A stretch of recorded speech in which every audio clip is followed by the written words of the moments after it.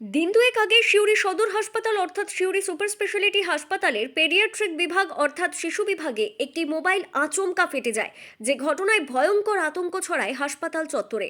শিশুদের নিয়ে তাদের মায়েরা ছোটাছুটি শুরু করেন প্রাণ বাঁচানোর জন্য। এই ঘটনায় বড় অনেক বিপদ ঘটে যেতে পারত, যদিও সেদিন এই যাত্রায় রক্ষা পান সকলেই।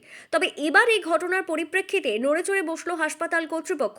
হাসপাতাল কর্তৃপক্ষ নড়েচড়ে বসার পাশাপাশি তাদের তরফ থেকে সিউড়ি সদর হাসপাতালে রোগী এবং তার পরিবার পরিজনদের মোবাইল ব্যবহারের ক্ষেত্রে নতুন নিয়ম জারি করা হলো।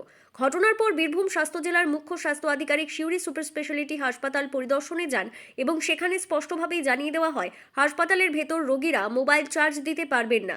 ব্যবহারের ক্ষেত্রেও সম্মতি নেই হাসপাতাল কর্তৃপক্ষের। মোবাইল নিয়ে কিছু মোবাইল দেখুন, আজকাল মোবাইল যুগে আপনি যে সবাইকে মোবাইল আটকে দিতে, কেউ লুকিয়ে টুকিয়ে নিয়ে আসতেই পারে, কিন্তু লুকিয়ে নিয়ে এলেও সেটা যদি আমাদের চোখে পড়ে, আমরা তাকে অবশ্যই বলবো যে এটা বাড়ির লোককে দিয়ে দিতে। এবং চার্জ তো একদমই এখানে দেওয়া যাবে না, চার্জ বাড়ি থেকেই নিয়ে আসবে। বড় জোর দু একটা কথা টথা বলা আছে, যদি পেশেন্ট পার্টির যদি থাকে তার সামনে দু একটা কথা সে বলতে পারে।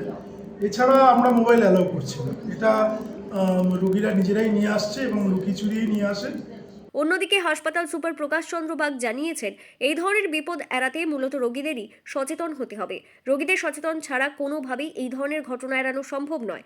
তবে তাদের তরফ থেকে হাসপাতালের বেডের ভেতর চার্জ না দিয়ে আলাদা একটি চার্জিং স্টেশন করার পরিকল্পনা নেওয়া হয়েছে। মোবাইলের যুগ, প্রত্যেকের হাতে মোবাইল, তাই মোবাইল সার্চ করে ঢোকানো সেটা কিন্তু আমাদের পক্ষে, আমি একবার একই কথাই আমি নির্দেশ করছি যে ইম্পসিবল ফর মি। আমি সুপারের ক্ষেত্রে প্রত্যেকটা পেশেন্টের বাড়ির লোকের মোবাইল স্ক্রিনিং করে বেঘরে ঢোকানো সম্ভব নয়। এটা আমাদের সচেতনতা বাড়াতে হবে, সাধারণ মানুষকে সচেতন করতে হবে যে এইসব জায়গায় যাতে মোবাইল তারা না আনেন। আর বাড়িতেও যদি কেউ নিয়েও আসেন, আসলে কিছু নিয়ে চলে আসে, তাদের কিন্তু আমরা ওয়ার্ড সিস্টার ইনচার্জে বলে দিচ্ছি যে কেন ওখানে চার্জ করে দেওয়ার ব্যবস্থা না হয়। পয়েন্ট তো থাকবেই, আমাদের নেবুলাইজার চলে, অনেক মেশিন চলে, তা সেই চার্জিং পয়েন্টে যেন চার্জ না দেওয়া হয়। তাই বলে আমরা এটাকে ওনাদের এর কিছু বিকল্প ব্যবস্থা আমরা করেছি, যেমন আমাদের নতুন বিল্ডিংয়ে বিভিন্ন জায়গায় চার্জিং পয়েন্ট আছে পেশেন্ট এবং পেশেন্টের বাড়ির লোকেদের জন্য। পুরোনো বিল্ডিংয়ে আমাদের বুঝতে পারছি অনেক বছর পুরোনো, তাই এই সিস্টেমগুলো তখন ছিল না।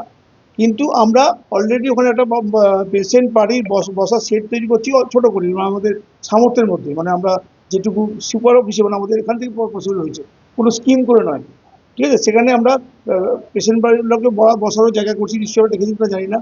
যেখানে আমাদের ওই রান্নার ঘরটা রয়েছে, কিচেন রয়েছে, তার সামনে ওয়ার্ড বাস্কেট রয়েছে, তার সামনে দেবদারু গাছ আছে বড়, সেই ওই সংলগ্ন এখানে, ওখানে আমরা কিন্তু 3টে জায়গায় মাল্টিপল চার্জিং পয়েন্ট রাখছি।